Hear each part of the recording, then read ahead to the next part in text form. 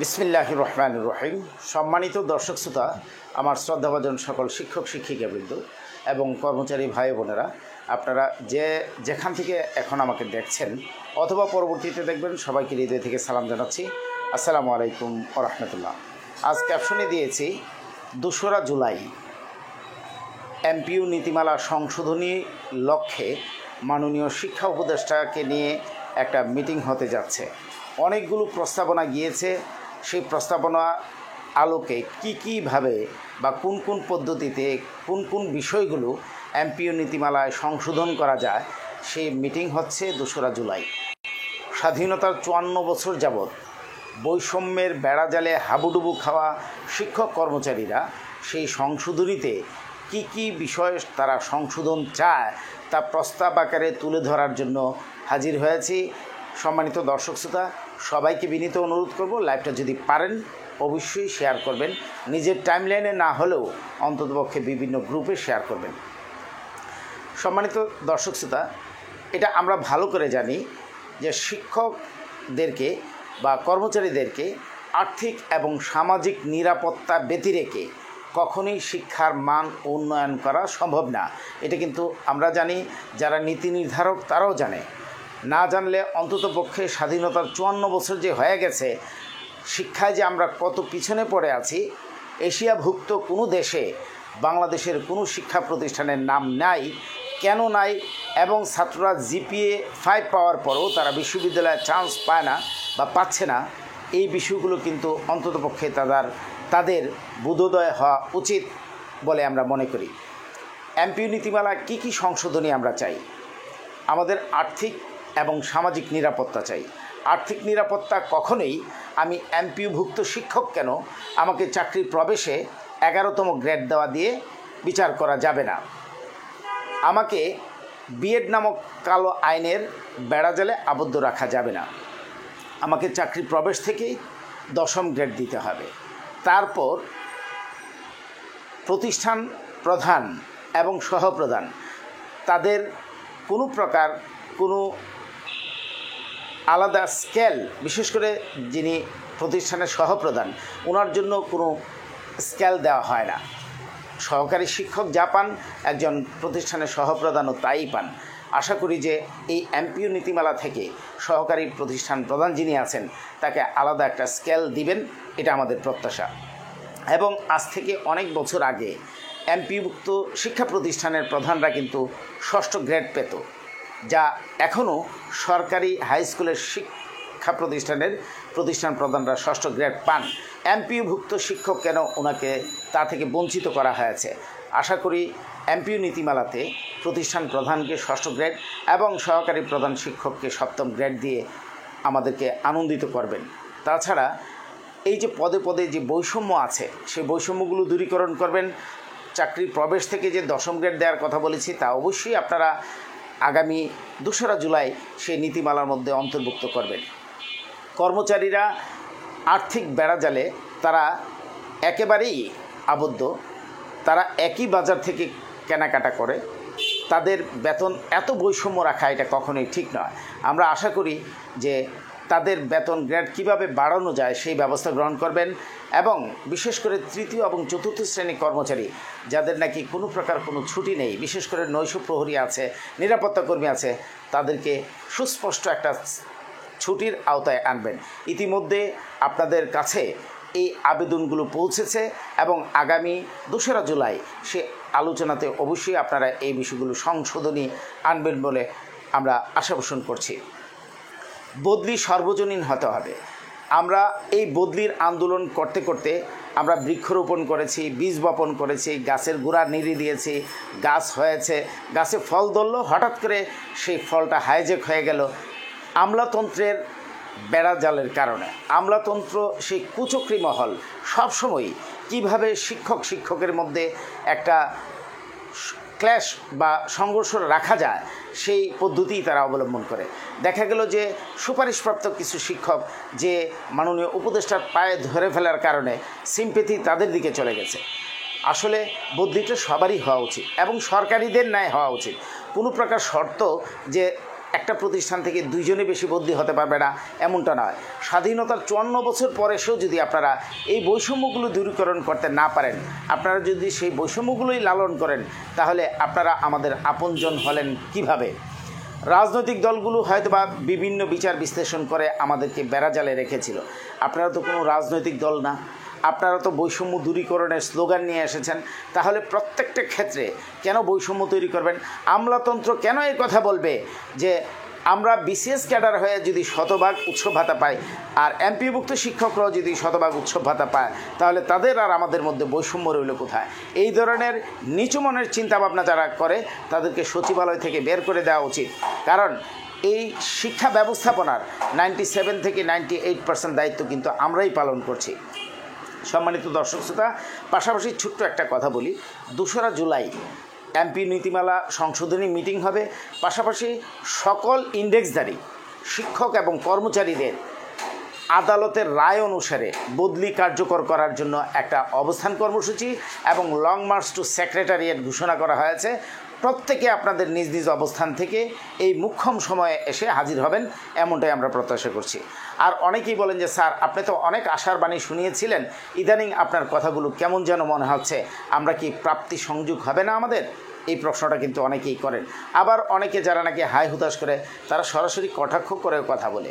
আমি কখনোই না জেনে এবং বিশ্বাস না করে আমি কোনো কথা প্রচার করি না। ইনশাল্লাহ আমাদের ভাগ্যের সংযোজন হবে, এটা ফাইনাল। তবে যারা ধরেন বিভিন্নভাবে আপনাদেরকে বলছে যে 1000কে 2000, 500কে 1000, এই বিষয়গুলো পরিবর্তন আনাই হলো আমাদের মূল লক্ষ্য। আমরা এটা পরিবর্তন এনে ছাড়বো ইনশাল্লাহ। সম্মানিত দর্শক শ্রোতা, আমাদের কূটনৈতিক দৌড়ঝাঁপ অনেক গভীরে চলছে, হয়তোবা অনেক কিছু প্রচার করা হয় না। সিনিয়র নেতৃবৃন্দ যারা যান, যে যদি ধরেন সরাসরি গিয়ে কথা বলেন, এগুলো তো আর প্রচার করে না, ওনারা তো আর সেলফি তুলে না। হয়তোবা আমাদের মতন তরুণ শিক্ষক যারা আছে তারা হয়তোবা প্রচার করে। আর এই প্রচার করার দ্বারা কি হয়, আপনাদের মনে অন্ততপক্ষে একটু আত্মতুষ্টি আসে যে আমাদের জন্য তো কেউ না কেউ কাজ করছে, এই জন্য প্রচার করা হয়।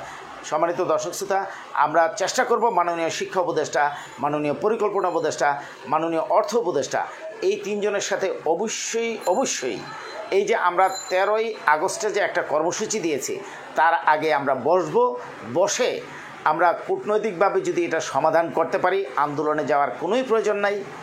আর যদি ধরেন বুঝি যে না, আমাদের সেই কাঙ্ক্ষিত পর্যায়ে আমাদের ভাতাগুলো বর্ধিত হচ্ছে না, সরকারি এবং বেসরকারিদের মধ্যে যে বৈষম্য তা দূরীকরণ হচ্ছে না, তারা আমাদেরকে বিভিন্ন ধরনের গান শোনাচ্ছে বা বলছে যে এক বাজেটে সম্ভব না, এই জন্য আমরা এই থুক বরাদ্দ দিলাম বা এই করলাম সেই করলাম, এই ধরনের যদি আমরা বুঝতে পারি, অবশ্যই অবস্থান কর্মসূচিতে উপস্থিতি দেখে হয়তো বা লাগাতার কর্মসূচিও আসতে পারে।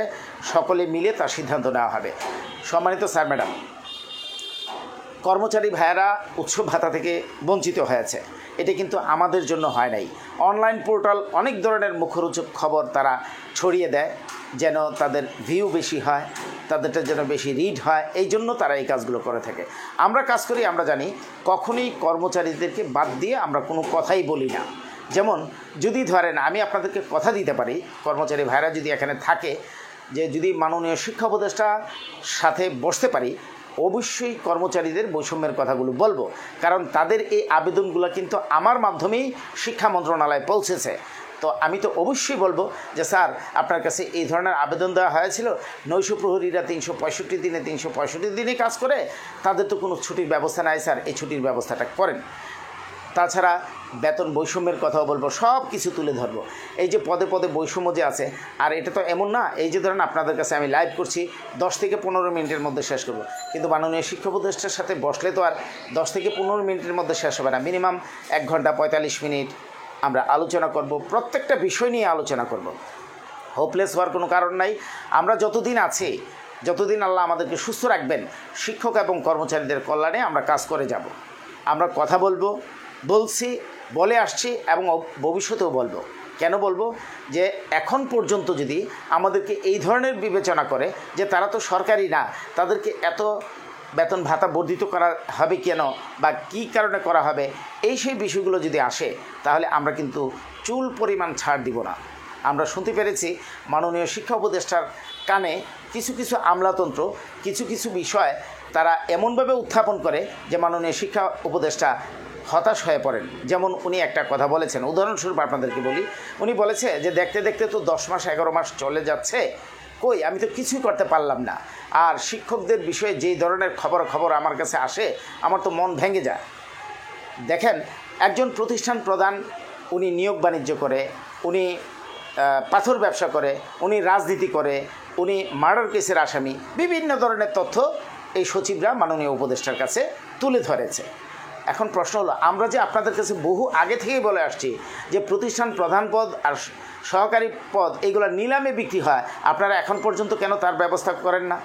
যখন আপনারা মেধার ভিত্তিতে শিক্ষক নিয়োগ দিবেন, তাহলে তো এই ধরনের আর কেউ পাথর ব্যবসায়ী আসতে পারবে না, আর তো আপনাদের ওই যে মার্ডার কেসের আসামে আসতে পারবে না।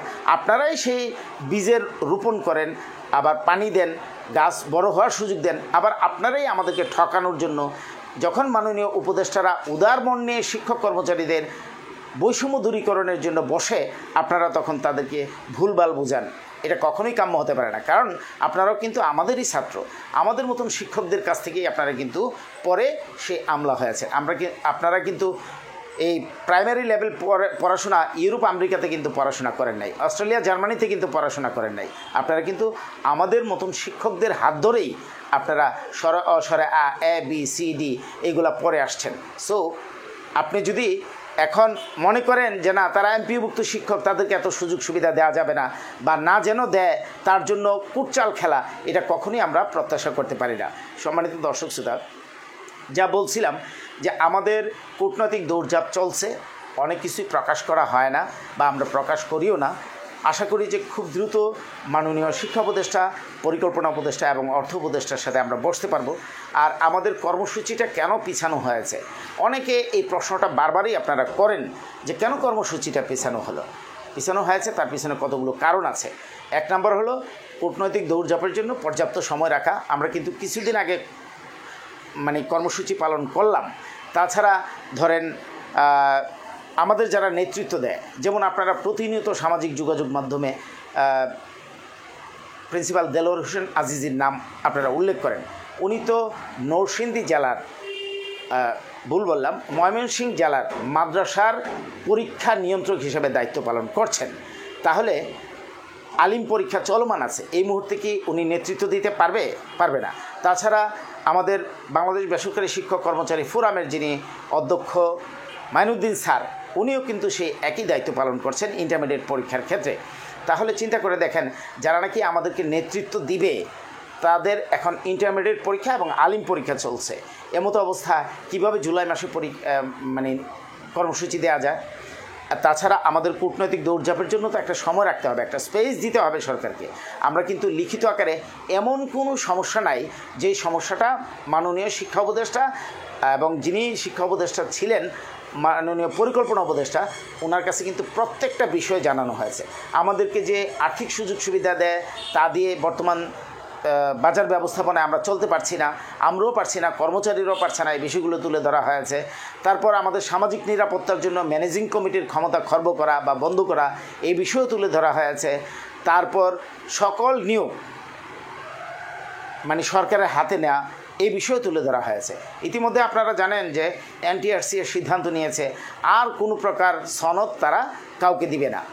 তারা এখন কি করবে, সরাসরি সরকারিদের ন্যায় আমাদের পরীক্ষা নেবে, একটা ডেট দেওয়া হবে, রিকোয়ারমেন্ট থাকবে এতটা পদ শূন্য আছে, এর জন্য হবু শিক্ষকরা পরীক্ষা দিবে, যারা টিকবে তাদেরকে সরাসরি চাকরিতে যোগদানের সুযোগ দিবে, আর কাউকে সনদ দিবে না এনটিআরসি। তার মানে সরকারিদের আদলে আমরা সবগুলি হতে যাচ্ছি।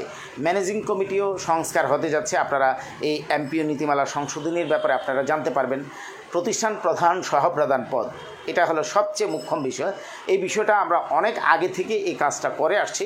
মাননীয় উপদেষ্টাও এই বিষয়টা উপলব্ধি করেছেন, বিগত যিনি ছিলেন উনিও তা উপলব্ধি করে তারা সিদ্ধান্ত নিয়েছে যে প্রতিষ্ঠান প্রধান আর সহপ্রধান পদ তারা আর ম্যানেজিং কমিটির হাতে রাখবে না, অর্থাৎ কোনো নিয়োগ আর ম্যানেজিং কমিটির হাতে রাখবে না। কিন্তু আমাদের মধ্যে থেকে কেউ চাচ্ছে 2010-এর নীতিমালা অনুসারে যেন হয়, ফলে এটা একটু দেরি হচ্ছে। আগামী জুলাই মাসের 2 তারিখে হয়তো বা এই বিষয়ে সিদ্ধান্ত আসতে পারে, আমি নিশ্চিত না, আসতে পারে আমি মনে করছি। যে এই বিষয়গুলো সিদ্ধান্ত আসবে। বিএড স্কেল যে একটা কালো আইন, এই মানে বিএড না করা পর্যন্ত তাকে দশম গ্রেড দেওয়া যাবে না, এই বিষয়েও জানানো হয়েছে। চাকরি প্রবেশ থেকে দশম গ্রেড দেওয়ার কথা বলা হয়েছে।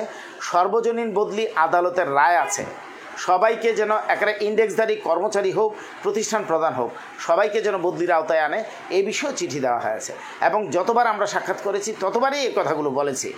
তো আশা করি যে এমপি নীতিমালা এই চিঠিগুলো নিয়ে তারা বসবে এবং সংশোধনী আনবে। মুদ্রা কথা হলো, শিক্ষক কর্মচারীদের আর্থিক এবং সামাজিক নিরাপত্তা না দেয়া পর্যন্ত শিক্ষার মান কখনোই উন্নত হতে পারে না। আর্থিক মর্যাদা বৃদ্ধির জন্য সরকারি এবং বেসরকারি যে বৈষম্য আছে তার মধ্যে কোনো বৈষম্য রাখা যাবে না।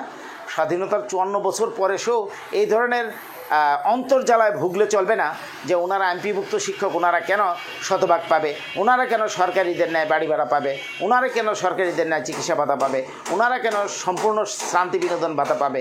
এই ধরনের অন্তর্জালা নিয়ে আপনি এসি রুমে বসে থাকলে হবে না, আপনাকে উদার মন চিন্তা করতে হবে।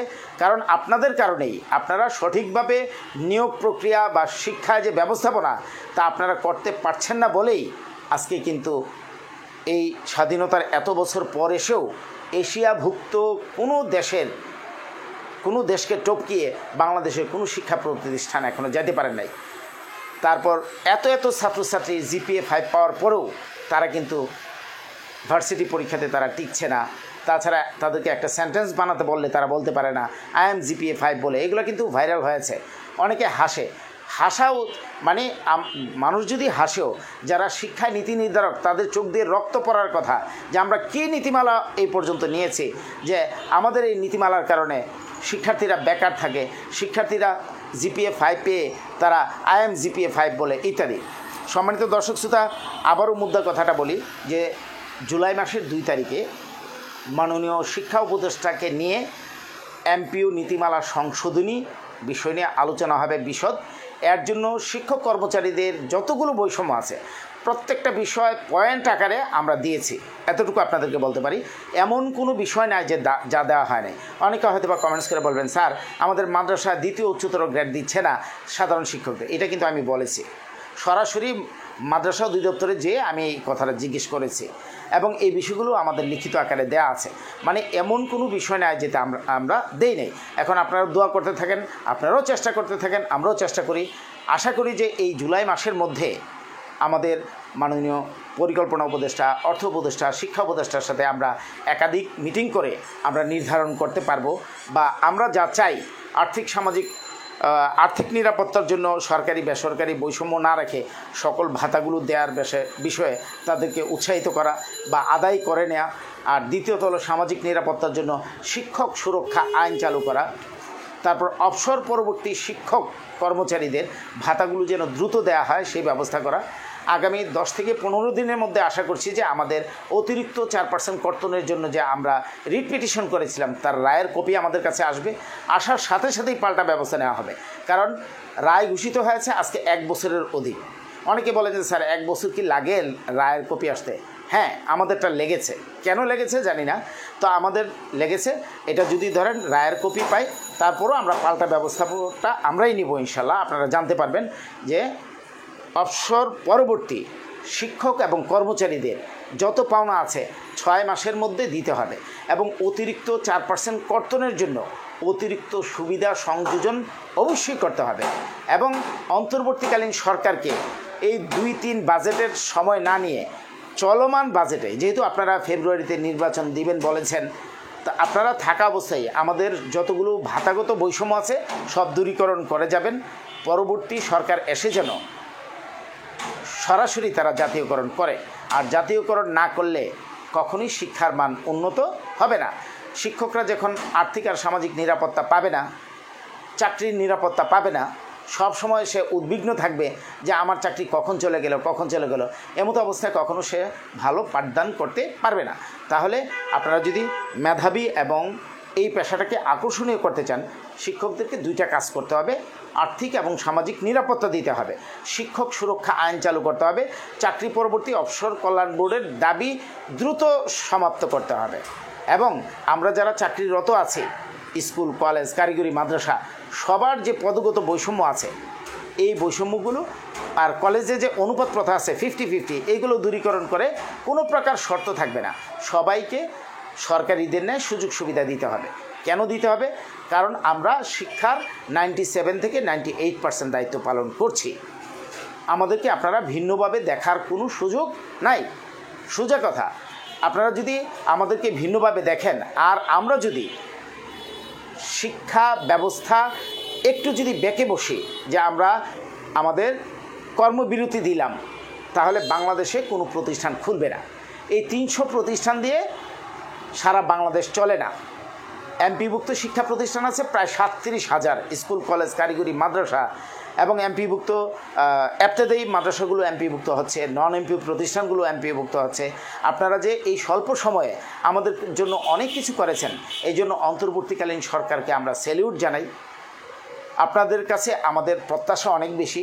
আপনারা খুব স্বল্পতম সময়ে, বিগত বাজেটে কোনো অর্থ ছিল না, কয়েকটা প্রকল্প থেকে অব্যয়িত টাকা এনে 229 কোটি টাকা সংগ্রহ করে আপনারা আমাদেরকে 25% উৎসব ভাতা দিয়েছেন। এই জন্য তো আপনাদেরকে অবশ্যই আমরা স্যালিউট জানাবো, কৃতজ্ঞতা জানাই আপনাদের জন্য। তাছাড়া আপনারা আমাদের এই যে ভাতাগুলো বর্ধিতকরণ করার কথা বলেছেন, মাননীয় পরিকল্পনা উপদেষ্টা বলেছে, আর মাননীয় বর্তমানে যিনি শিক্ষা উপদেষ্টা উনি তো বলেছেন যে শিক্ষকতা পেশাটাকে আমি আকর্ষণীয় করতে চাই। আকর্ষণীয় করা কিন্তু 1000কে 2000 দিয়ে কিন্তু আকর্ষণীয় করা যায় না। আর আপনারা ভালো করে জানেন, আপনারা যা করে যাবেন নির্বাচিত সরকার এসে তা করবে না। কারণ তারা বলবে যে আমাদের অর্থনৈতিক স্থিতিশীলতা আসুক, আমরা একটু দেখি, আগে একটু বুঝি। যেমন একটা সরকার ক্ষমতা আসলে যাকে শিক্ষা মন্ত্রণালয়ের দায়িত্ব দেওয়া হবে, উনি বুঝতেই লাগবে 3 বছর। যেমন উদাহরণস্বরূপ একটা কথা বলি, লাইভটা দীর্ঘায়িত হচ্ছে, আমি শেষ করতে চাচ্ছি খুব দ্রুত। যখন ব্যারিস্টার নৌফেল এবং দীপুমণি 2জন শিক্ষা মন্ত্রণালয়ের দায়িত্ব নেন, আমরা ওনাকে ফুল দিতে গিয়েছিলাম, শুভেচ্ছা জানাতে গিয়েছিলাম। আমাদের ফুলের তোড়ার উপরে লেখা ছিল বেসরকারি শিক্ষক কর্মচারী ফোরাম। তখন ব্যারিস্টার নৌফেল সাহেব বলেছিল, আপনারা বেসরকারি মানে কি, আপনারা কি সরকার থেকে কোনো বেতন ভাতা পান না? তখনই আমরা বুঝতে পেরেছিলাম যে না, ওনাকে এই বোঝার জন্য 3 বছর সময় দিতে হবে। বাস্তবে কিন্তু তাই ঘটেছিল। 3 বছর কেন, 17 বছর অপেক্ষা করেও কিন্তু আমরা তাদের কাছ থেকে কাঙ্ক্ষিত পর্যায়ে কিছু পাই নাই। পেয়েছি 5% প্রবৃদ্ধি আদায় করেছি 19 দিন অনশন করে, তারপর 20% বৈশাখী ভাতা পেয়েছি। এই জিনিসগুলো আমরা পেয়েছি। তার আশা করি যে অন্তর্বর্তীকালীন সরকার, শিক্ষকরা যেমন আপনাদেরকে আপন জানে, আপনারাও কিন্তু শিক্ষকদেরকে আপন জানেন। মাননীয় বিদায়ী শিক্ষা উপদেষ্টা খুব আফসোস করে বলে যে প্রতিদিন আমার কাছে, আমি যখন শিক্ষা মন্ত্রণালয়ে ছিলাম, শিক্ষকরা এসে তাদের অভাব অভিযোগ বলতো, আমি কখনোই বিরক্ত হতাম না, আমি নিজেকে অপরাধী মনে করতাম। আমার যা করা দরকার দ্রুত যে আমি করতে পারছি না, এই জন্য আমার কাছে কষ্ট লাগছে। আশা করি যে এই ধরনের বক্তব্য বর্তমানে যিনি মাননীয় শিক্ষা উপদেষ্টা আছেন আপনিও দিবেন। আপনি কাজে বিশ্বাসী, আমরা দেখতে চাই এই বাজেট পরবর্তী আমাদের ভাতাগুলো বর্ধিতকরণ নিয়ে আসলে আপনি কী ধরনের কাজ করেছেন। আপনি যে বলেছেন যে আমি বৈষম্য মুক্ত শিক্ষা ব্যবস্থা করতে চাই, শিক্ষকতা পেশাটাকে আকর্ষণীয় করতে চাই। যদিও আপনার কম সময়, এই কম সময়ের মধ্যে যা করা যায় আপনারা করে গেলে কেউ তা কাটছাট করার ক্ষমতা কেউ রাখে না। কারণ সরকার পরিবর্তন হতে পারে, নীতির কোনো পরিবর্তন হয় না। তাই অন্তর্বর্তীকালীন সরকারের কাছে সমগ্র বাংলাদেশের শিক্ষক কর্মচারীদের পক্ষ থেকে অনুরোধ থাকবে যে আপনারা এই এমপি নীতিমালায় যে সংশোধনী আনার দরকার, এর মধ্যে যেন আমাদের যে বৈষম্যের চিঠিগুলো আপনাদের কাছে গিয়েছে, রিসিভ করে নিয়ে এসেছি, তা অবশ্যই আলোচনা করবেন। সকল নিয়োগ সরকারের হাতে নেবেন। সরকারি এবং বেসরকারিদের মধ্যে কোনো প্রকার বৈষম্য থাকবে না। সামাজিক মর্যাদা নিশ্চিত করার জন্য শিক্ষক সুরক্ষা আইন করে যাবেন। আপনারা এটা না করলে কখনোই নির্বাচিত সরকার এসে তা করবে না। কারণ শিক্ষকদেরকে হেনস্থা করে নির্বাচিত সরকারের পাতি নেতা, মাঝারি নেতা, বড় নেতারাই কিন্তু এই কাজগুলো করে। তাই অন্তর্বর্তীকালীন সরকার শিক্ষকদের চেয়ার গাছের মধ্যে ঝুলে কেন, এই জন্য কিন্তু আবার সেই ম্যানেজিং কমিটির ক্ষমতার একবারে কেচি দিয়ে কেটে দিচ্ছে।